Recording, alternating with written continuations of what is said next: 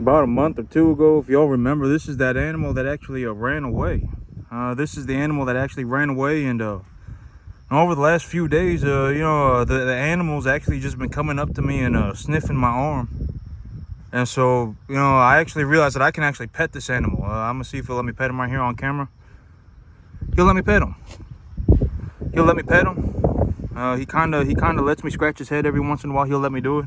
But this animal will actually let me pet him, and so that's kind of, I'm gonna scratch his head and stuff, and I'm gonna see if I can wrap my arms around him. But this animal right here, he probably weighs about 600. This one, he probably weighs about 600.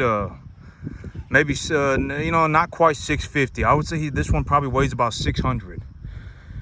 And so I've been taking things into consideration because I got that new lease property. That new lease property kind of just came out of nowhere.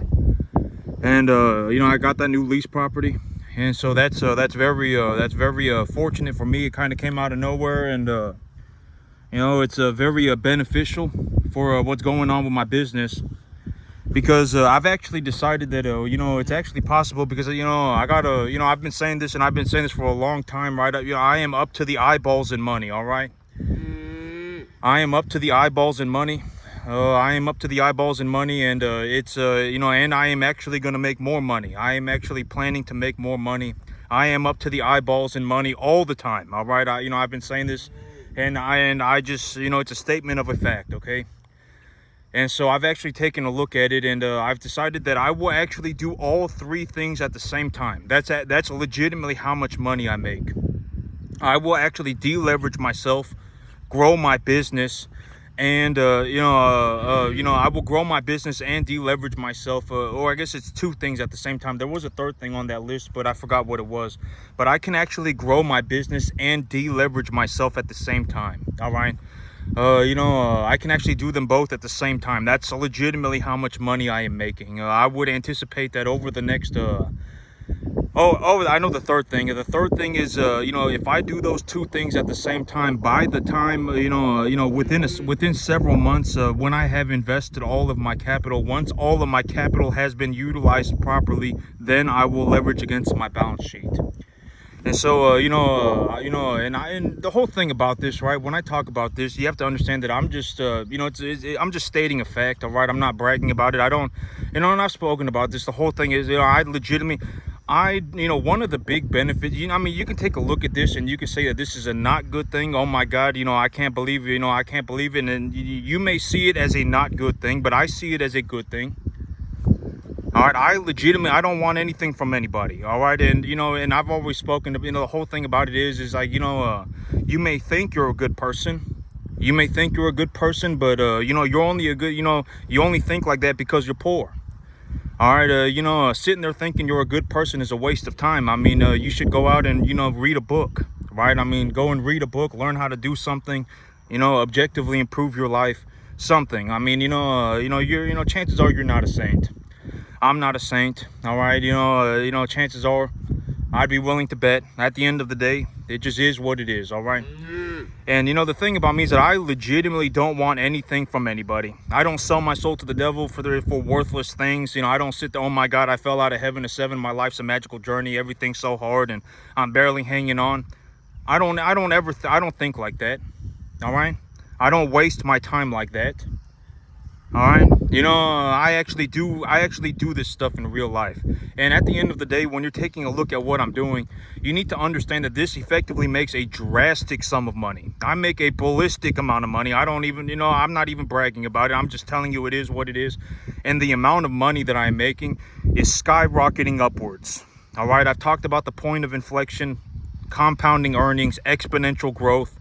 Right, I've talked about all of these things. I've described all of these ideas, the ideas of a compounding growth.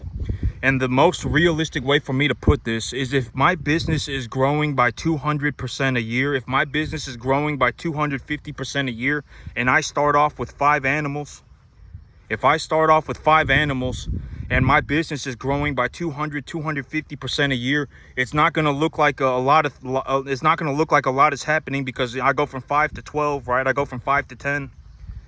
But if I'm at 50, right? If you know, and if I'm at 50, if I'm at 40, and I'm compounding this thing at 200% a year, if I'm compounding this thing at 250% a year, that's what I call the point of inflection, right? And I've talked about this. The whole idea of money is that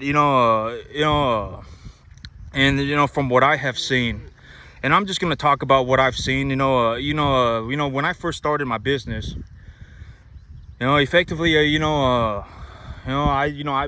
I first started my business, I started my business with 5 animals, all right? And, and over the course of about 2.5 years, I managed to grow this thing by over 1,000%. Over about 3 years, I managed to grow this thing about, over 1,000%. And I am anticipating that by the end of the year, I grow it even more, probably by more than 200%. It will probably be more than 200% by the end of the year. And how will I do that, right? I will reinvest my earnings and then leverage against my balance sheet. That's how I do it. All right. Either I reinvest my earnings, I liquidate my bigger animals, I take the money and I reinvest the capital, or I leverage against my balance sheet. I appraise my balance sheet, right? There are 2 major ways to do that. If I am looking to leverage against my assets, what is the simplest way for me to do that? If I legitimately just want to leverage against my assets, what is the simplest way for me to do that? And what are the circumstances that need to be met for me to do so? There needs to be an unrealized gain value on my assets. I have objectively appraised my assets and determined that there is an unrealized gain, and the unrealized gain is positive. There needs to be an unrealized gain on my balance sheet. Once that has been objectively cleared, right? Once I have objectively determined that that is so, if I want to leverage against my balance sheet, what are the 2 major ways for me to do it? When I go to the sale barn, let's say I sell 10 animals and I still have 50 animals at home. If I sold 10 animals, if I sold 12 animals and I still have 50 animals at home, and I sold those 12 animals and I'm going to buy them small, I sold big ones and I'm going to buy small ones, right? So effectively, every time I sell one, I make enough money to buy 2, right? If I want to leverage against my assets, what is the simplest way that I have discussed to do so? Take the amount of money when I am sitting at the sale barn. They will give me a check, right? I will get a check when I am at the sale barn. I can watch my animals get sold and I can determine how much they get, whatever the amount of money it is that I make. I take the number on the check and I multiply it by 2. That's called leveraging against the earnings. That is a very simple way to leverage against your assets. All right, if you just take the number on your check, and I only do this when I have a balance sheet with an asset that has an unrealized gain, and the unrealized gain needs to be positive. And in all reality, I like to keep my balance sheet at about a 70% leverage. It's very simple, right? None of this is confusing. None of this is difficult. All right, none of this is like, oh my God, I can't believe it. It's not like 4-dimensional chess. All right, it's not some extremely complicated thing. I go to the sale barn, I sell animals. When I sell animals, they will give me a check. If I want to leverage against my assets, do I still have cattle at home? Right? And is there a positive value on the equity of my herd? If there is a substantial positive value on the equity of my herd, I will take a look at my check. I will multiply the number by 2, and that is what I will invest. And in reality, that is just me leveraging against my earnings, right? It's very simple. All right, and I do that to appreciate more assets at the same time. All right, I will, and I like to keep my balance sheet at about a 70% leverage. If the balance sheet starts to go over 70% leverage, what do? I stop leveraging, right? I just wait. This is a very realistic idea of and this is also not an ideal situation, right? This is not an ideal situation. I am up to the eyeballs in money. I am still making more money, and I'm just sitting here collecting more money. Right? This is not an ideal situation. I really need to start reinvesting my capital. All right, I really do need to start reinvesting my capital. And with the new lease property, I will be able to reinvest my capital, maybe for the next 3 or 4 months, but that's it. I really need to find a large opportunity to expand my business. If I don't, I will effectively be stuck paying about a third of my money in taxes. All right, I will be stuck paying about a third of my money in taxes. About 45% of my money will be going to taxes. All right, 47%, 40%, something like that. So either I reinvest the capital or I pay taxes on a third of my money. Those are realistically my two options. All right. There is no, oh my God, well, if I just, it's either I reinvest the capital or I pay about a third of my money in taxes. All right. And so I've taken a look at it. I don't want to take these animals to the lease property. All right, these animals, they're effectively all going to be ready to go in 2 months, and I don't want to have to catch 20 or 800-pound animals in 2 months. I don't really want to have to do that. And so what I'm going to do is I'm going to get that lease property. I'm going to get it cleared. I'm going to get the brush cleared, and then I'll put the small animals. By next month or so, they'll be about 400 pounds.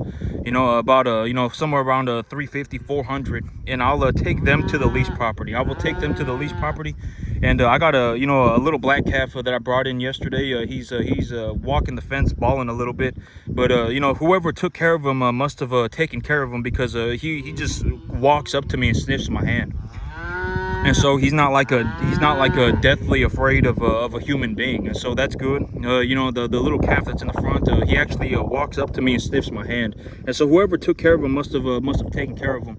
And one of the animals that I did bring in yesterday, one of the animals that I brought in yesterday, when I took a look at her this morning, she had her head kind of low, and she had a bunch of nasty stuff coming out of one side of her face. And so I think that she's maybe starting to develop pneumonia. She's starting to develop pneumonia. But I did give all of them. I did restart a Macrocin. I did restart a metaphylaxis. And so I do believe that one of the animals is starting to get sick. Going through the sale barn is very hard on these animals, and a lot of these calves, when they're, I brought them in at an average weight of about 215 pounds. I thought it was 225. It's 215. I took a look at the sale sheet this morning. A lot of these calves, when they're 250 pounds, when they're 215 pounds, they're getting weaned at the sale barn. A lot of these calves get weaned at the sale barn. All right. A lot of these calves get weaned at the sale barn, and they're getting pushed through the sale barn, and it's real hard on them. All right. It is real hard on them. And so, you gotta, that's just one of the things about the business. It's like, if you don't know what you're doing, you're not gonna make any money. A lot of people don't make money in farming. I talk about this all the time. A lot of people do not make money farming.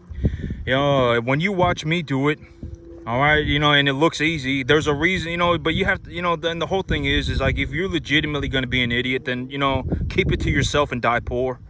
All right, if you legitimately, and I've always said, if you legitimately want to know what it's like, then go and do it. All right, nobody's stopping you. All right, let's see it.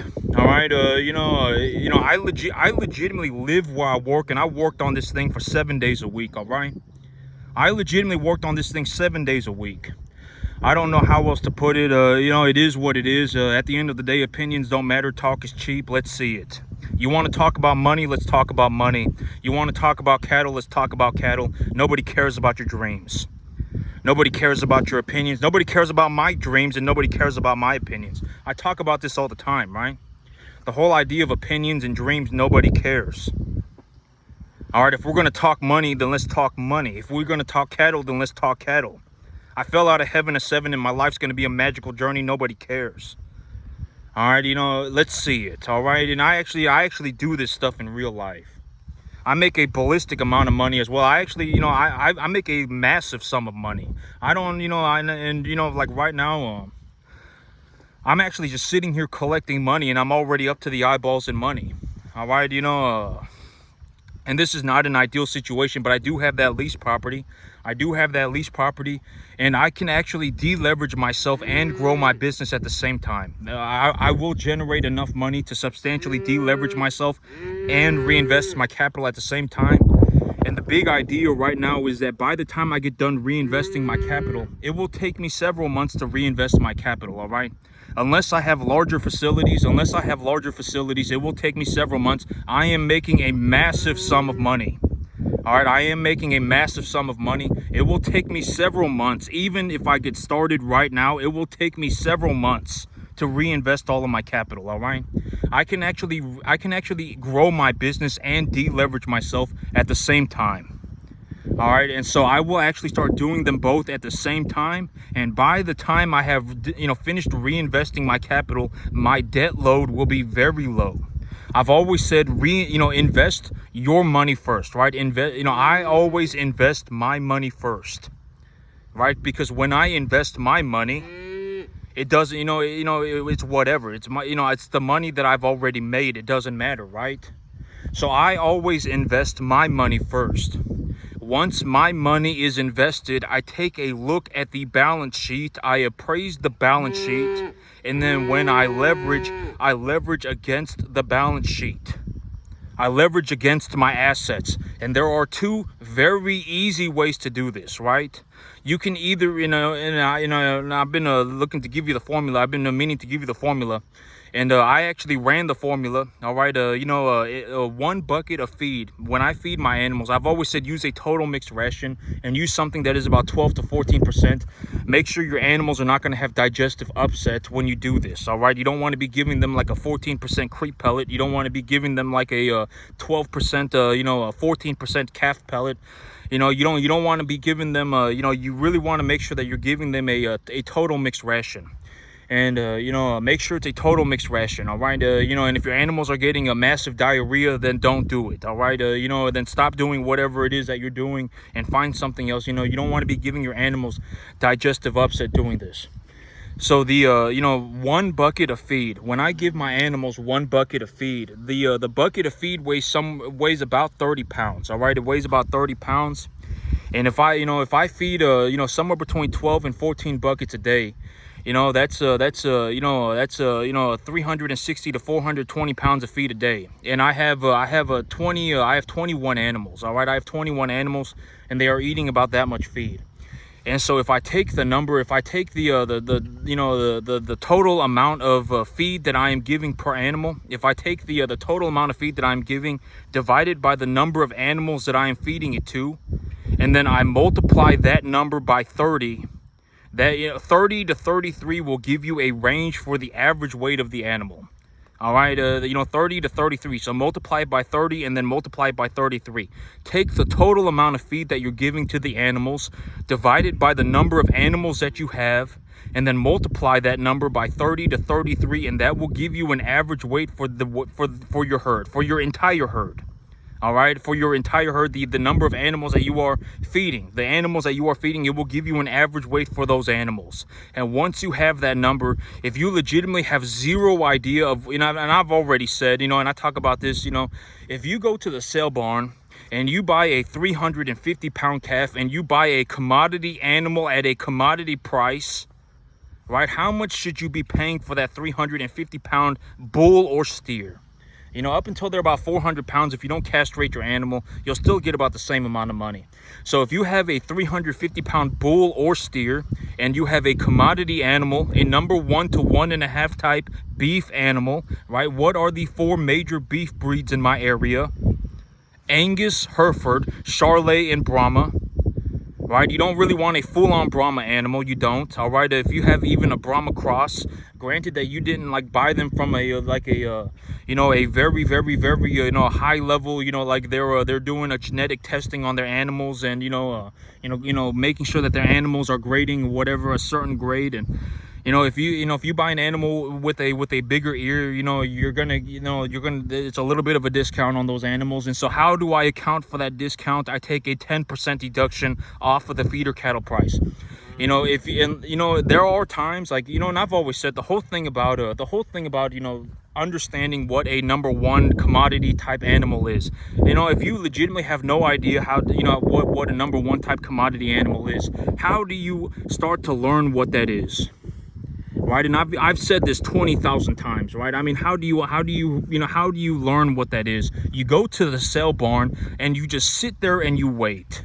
When they start running out 800 pound animals, and the whole thing about these sale barns is that you need to understand that these auctioneers at these sale barns, they legitimately see every single animal that goes through that sale barn every single week.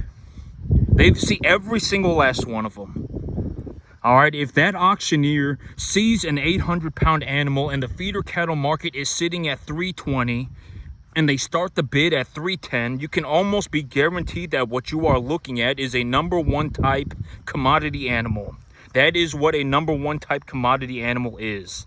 All right, that's how you start to learn what a, you know, and then when you see an animal like that, but they're smaller, then congratulations, you have a smaller commodity type animal. All right, that's how you do it. It's very simple. And in my local area, Texas has a massive number of cattle. All right, our land is pretty cheap, but at the end of the day, we don't really have any groundwater. We don't have any groundwater in my area. Our land is cheap, and we have a massive number of cattle. I mean, I could go to, you know, 6, 7. I could go to 5, 6, 7 cell barns, you know, within a 2-hour circle of me. All right, there are massive numbers of cattle in my area. I can, you know, that's one of the big benefits. All right, that is one of the big benefits of being in my area in Central Texas, is that the number of cattle is absolutely astronomical. All right, I can go to a sale barn like every single day except for Sunday. All right, you know, there are sale barns just all over the place. All right, and so but that's how that's the most realistic way of doing it. And the whole idea of the commodity market is that there's a saying for a commodity, and they say that it's worth its weight in gold. Commodities are effectively worth their weight in gold, right? That's the whole idea of a commodity. If you have a smaller commodity, if you have less gold, then that amount of gold is worth less than a big amount of gold, right? It's the same thing for cattle. If you have a small animal, that animal is worth less than a bigger animal. But you have to understand that once you start going under about 350, once you start going under 250 and stuff like that, I mean, you know, the big commercial yards don't want the animals anymore, unless the weather is perfect.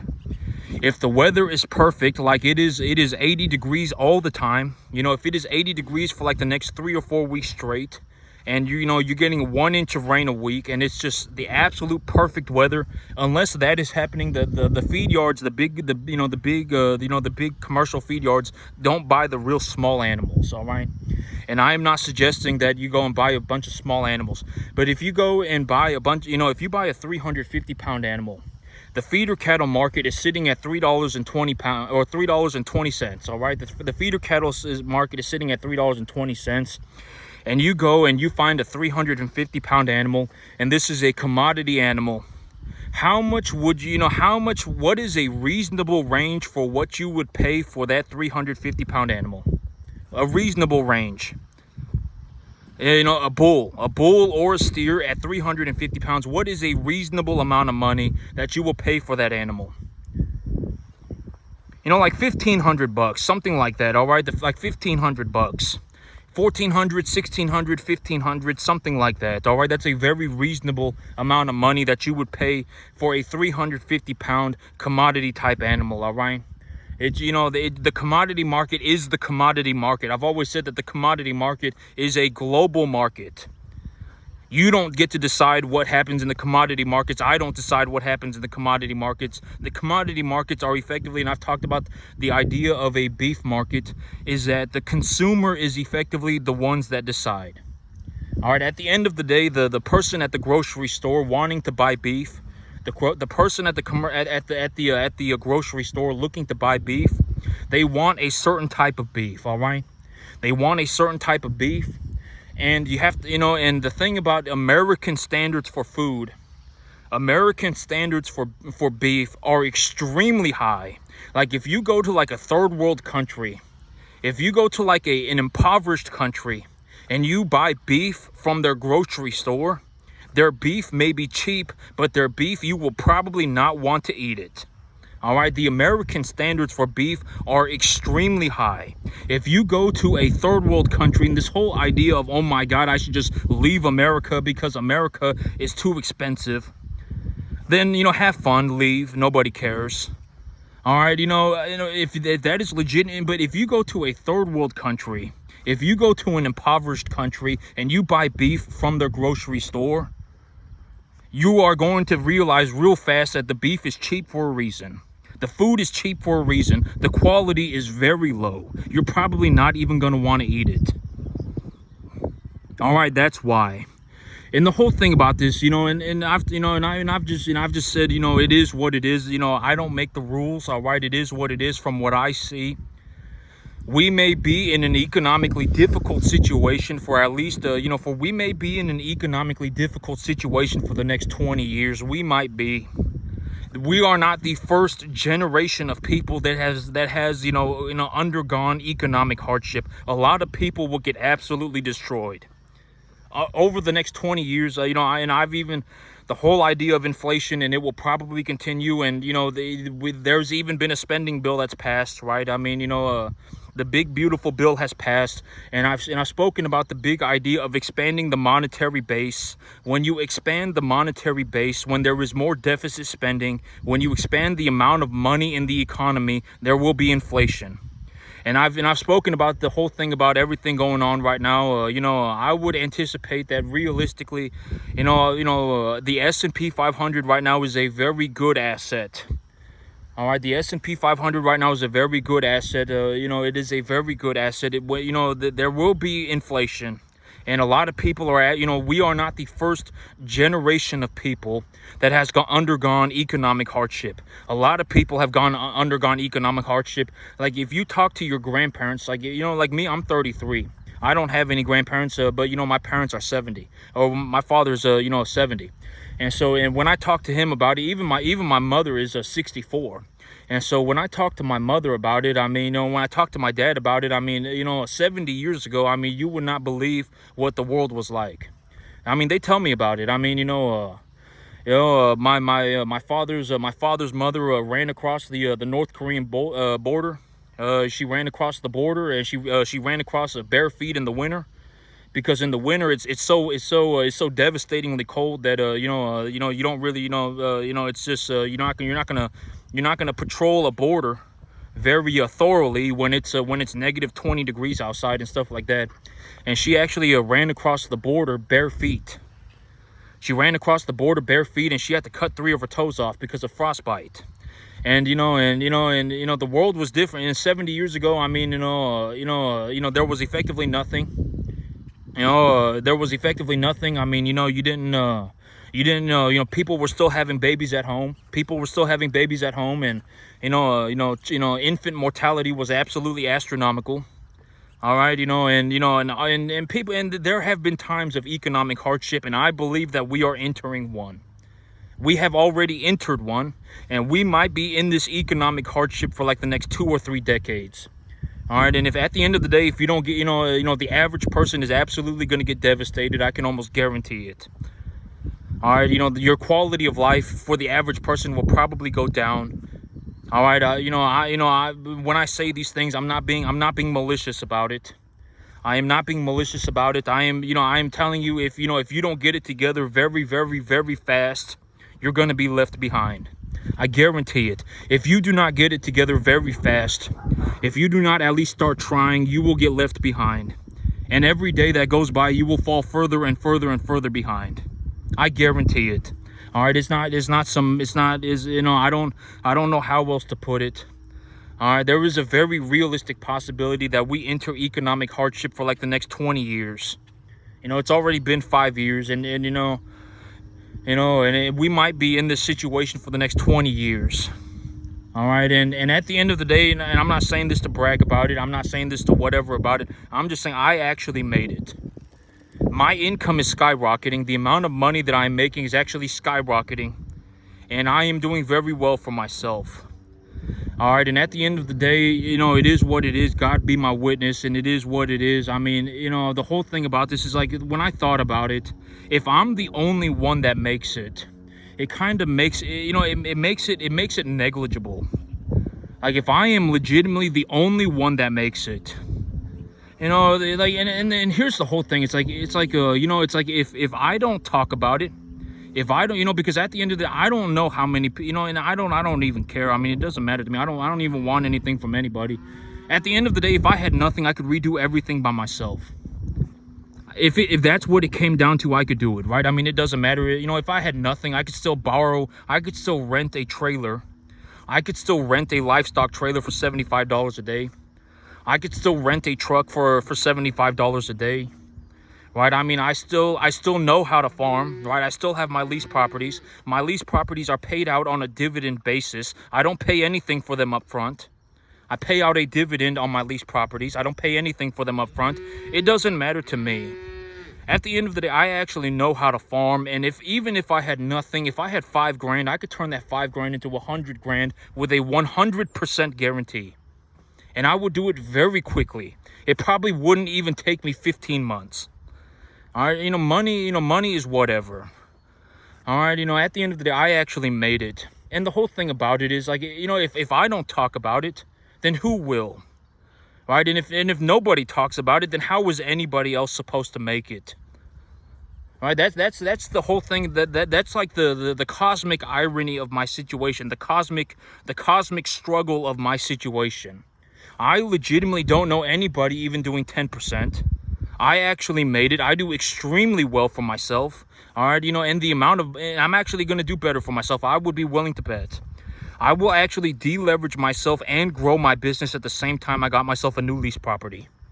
All right, and at the end of the day, I mean, money's not an opinion. I mean, it just is what it is.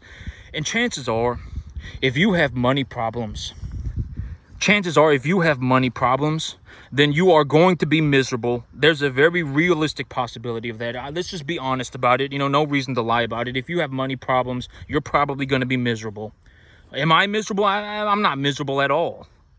All right. I mean, I've talked about this. I'm not depressed. Money doesn't make you depressed. If you legitimately think, the only time where I could ever see money making anybody depressed is if you sold your soul to the devil for it.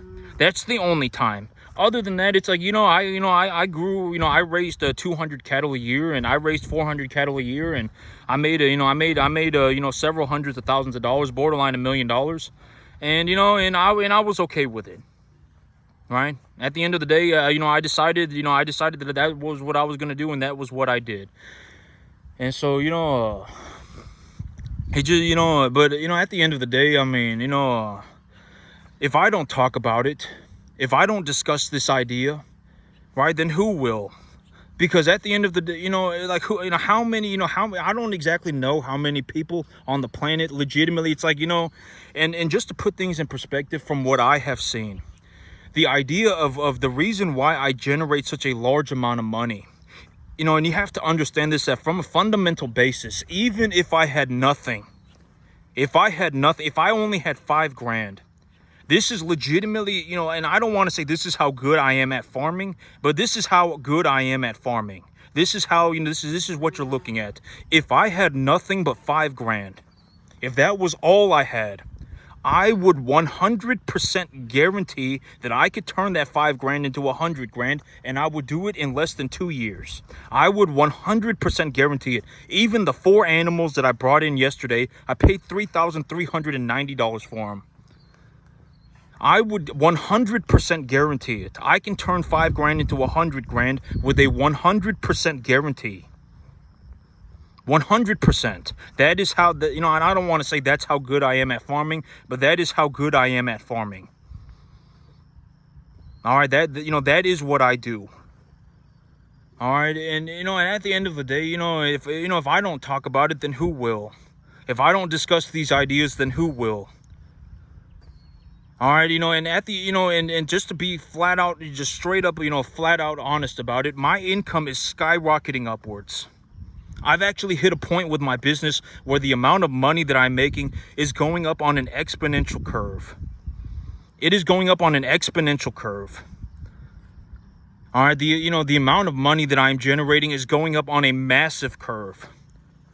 I make a ballistic amount of money when I farm. Just to put things in perspective, when I farm, I legitimately make more money farming than anybody on the planet makes doing anything, just about. And it's by a lot. I make a massive amount of money farming. Massive. I mean, I don't even exactly know how much money I make, but I will be able to deleverage myself and grow my business at the same time. By the time I have reinvested all of my capital, even if I am using, a portion of it to deleverage myself, even then, by the time I have reinvested my capital and I am ready to releverage, and I will then releverage against my balance sheet. I can actually do all of that at the same time. I will start reinvesting my capital. I will run my farm at maximum capacity. I will start taking animals to my various lease properties. I will run my farms at maximum capacity, and I will deleverage myself at the same time. And by the time I have finished reinvesting all of my capital, I will then be able to take new lines of credit, because I will be deleveraging myself. I will be able to take new lines of credit, and I will be able to leverage against the assets that I have stabilized. The amount of money that I'm making is going upwards drastically, exponentially. And the whole idea of me sitting here collecting money I don't even want to do this. I don't want to sit here and collect money. It's a waste of time. I would rather be at the sale barn buying 30 cattle. I would rather be at the sale barn buying 50 cattle. I would rather be at the sale barn buying 70 cattle. I would rather be at the sale barn buying 200 cattle. All right, this is borderline a waste of time for me. I'm already up to the eyeballs in money. I am making even more money. All right, and it's not, the money's not going to do anything. All right, but I did find myself a new lease property. I'm not going to take any of these animals to the new lease property. I will take the animals in the front yard to the lease property when they're about 350, 400 pounds. I will give them a booster shot of vaccinations before they go. And I will leave the animals out there for, probably 3, 4, 5 months, something like that. All right, and then I will, and then these animals, I will start liquidating them, portions at a time. And I will start reinvesting my capital. And when this farm is at maximum capacity, and I have reinvested enough capital to keep this farm running at maximum capacity, and I have spread the animals out to the various lease properties, I will use the remaining capital to deleverage myself at the same time as I reinvest my capital. And when I reinvest my capital and I deleverage myself, eventually I will get to a point where I would anticipate that I use up all the capital. I may not even end up using up all the capital. I may not. All right, because the amount of money that I make is actually becoming so drastic that it is becoming hard for me to reinvest even that. The amount of money that I make farming is actually becoming so high that it's actually becoming difficult for me to reinvest even just that capital. Even just that, even without any leverage. I've actually even been thinking about the possibility of using leverage before I even use up all of my capital. All right, the amount of money that I make is absolutely astronomical. I don't exactly know how much it is, but I know that it's enough to not worry about money. It's a lot. And I am actually having difficulty reinvesting all of even just the capital that I make. Just the money that I make. I am actually having a difficult time reinvesting just that. All right, that's the situation that I'm in. That's the honest to God truth. And the whole thing about this is, at the end of the day, it's like if I'm not going to talk about it, then who will? I mean, let's be honest about it, right? I actually made it. I do very well for myself. I am actually, skyrocketing upwards. All right, and if at the end of the day, if I don't talk about it, who will? All right, and because and just to put it all like just to help make sense of it all, I legitimately do not know anybody even doing 10%. You may think, like, if you watch somebody farming, if you watch somebody running a business or whatever it may be, you may think that looks cool. That's what you may think, but to me, that looks borderline. A lot of these farmers, almost all of these farmers are borderline like a clown show. Borderline pathetic. You wouldn't even know what hard work was if it slapped you in the face tomorrow. You wouldn't even know. You would have no idea. You wouldn't even know. You're not even going to make it to the 10% mark. Even if you live to be 5,000, you wouldn't even know what hard work was if it slapped you in the face tomorrow. You wouldn't know. I guarantee it. All right, if you want to know what it was like to do this, then go and do it. I would be willing to bet, if I took this bet with the entire planet, you're not even going to make it to the 10% mark if you live to be 5,000. Bet me money. All right, I would bet. You wouldn't know what hard work was if it slapped you in the face tomorrow. You wouldn't even know. You wouldn't even know what being successful was if it slapped you in the face tomorrow. You would have no idea. If I had nothing, just to put things in perspective, if I had nothing, if I had 5 grand, I could turn 5 grand into 100 grand with a 100% guarantee by farming. I would do it with a 100% guarantee. All right, the amount, I make an astronomical sum of money. Is this an ideal situation for me to be in? No, it's not. I am legitimately sitting here up to the eyeballs in money, collecting more money. That's not a good situation to be in. I would rather be reinvesting my capital. I would rather be buying 30 cattle. I would rather be buying 50 cattle. I would rather be buying 70 cattle. But I'm sitting here up to the eyeballs in money, still making more money. That's the situation that I'm in. I did get myself a new lease property. All right, and if you legitimately, like, if you think farming is easy, if that is what you think, like, you somehow have become a complete, like, I don't know how you became such an idiot. Why, if you legitimately think farming is easy, if you think that it's easy to make $500,000 a year doing anything, then let's see it. All right, let's see. I legit, I don't, it is what it is. I lived where I worked, and I worked on this thing 7 days a week. All right, you wouldn't know what hard work was if it slapped you in the face tomorrow. Don't play yourself. It's a little clown show, right? I mean, you wouldn't even understand. You're not even going to do 10% if you live to be 5,000. I would be willing to bet. It's borderline pathetic. All right, if you legitimately think farming is easy, then let's see it. Because I actually made it, all right? I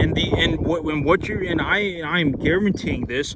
I am willing to bet that I am about to pick up the pace in a massive fashion. I've been sitting here collecting money because I didn't really have anything else that I could. I don't have anywhere else I can put the capital. So I've just been sitting here collecting money. But over the next 2 or 3 months, I will be picking up the pace in a massive fashion. I will be picking up the pace massively. All right, hold on to your britches. It's about to get nutty. I am telling you, I am about to make a ballistic amount of money, massive sum of money. And at the end of the day, I already make enough money to where it doesn't matter. All right, I already make enough money to where it doesn't matter. Even if I had nothing, I could redo everything in 30 seconds. I could redo it all by myself. All right, and if you think it's easy, if you legitimately, you have to understand that it just is what it is. I make about $500,000 a year. All right, I make about and I'm actually gonna do better than that. All right, and right now this is not even challenging for me. All right, this is not even challenging for me. I am legitimately sitting here up to the eyeballs in money, collecting more money. That's not an ideal situation for me to be in. I would rather be buying more cattle. I would rather be growing my business. All right, I would rather be growing my business, and I have found an opportunity to do so. And I am about to pick up the pace in a massive fashion. All right, I am legitimately about to pick up the pace drastically here in the next 2 or 3 months. I'm ready to roll. I've just been sitting here collecting money for months. All right, and I will probably continue to collect money for at least another 2 months. It will be a large amount of money. Large amounts of money, all right, legitimately.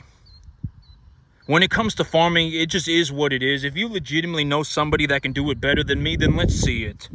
You put me on a field with them and I would eat every single one of them alive. I would be willing to guarantee it. I would effectively eat everybody alive. I would be willing to guarantee it. It's not some joke.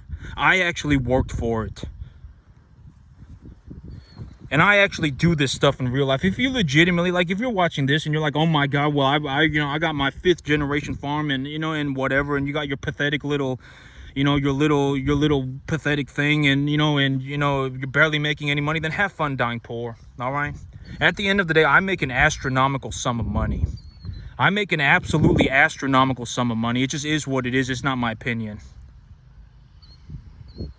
All right, I am telling you the truth. All right, and oh my God, well, I thought nobody cares what you thought. All right, you're borderline homeless, I guarantee it. All right, if you think farming is easy, then you go and do it. I actually do it in real life. All right, and at the end of the day, my results are phenomenal. I legitimately make more money than anybody on the entire planet doing just about anything, and it is by a lot. All right, let's see it. All right, talk is cheap. You wouldn't know what hard work was if it slapped you in the face tomorrow. All right, you know, borderline pathetic, like a little gremlin. I guarantee it. So have fun with that. Die poor.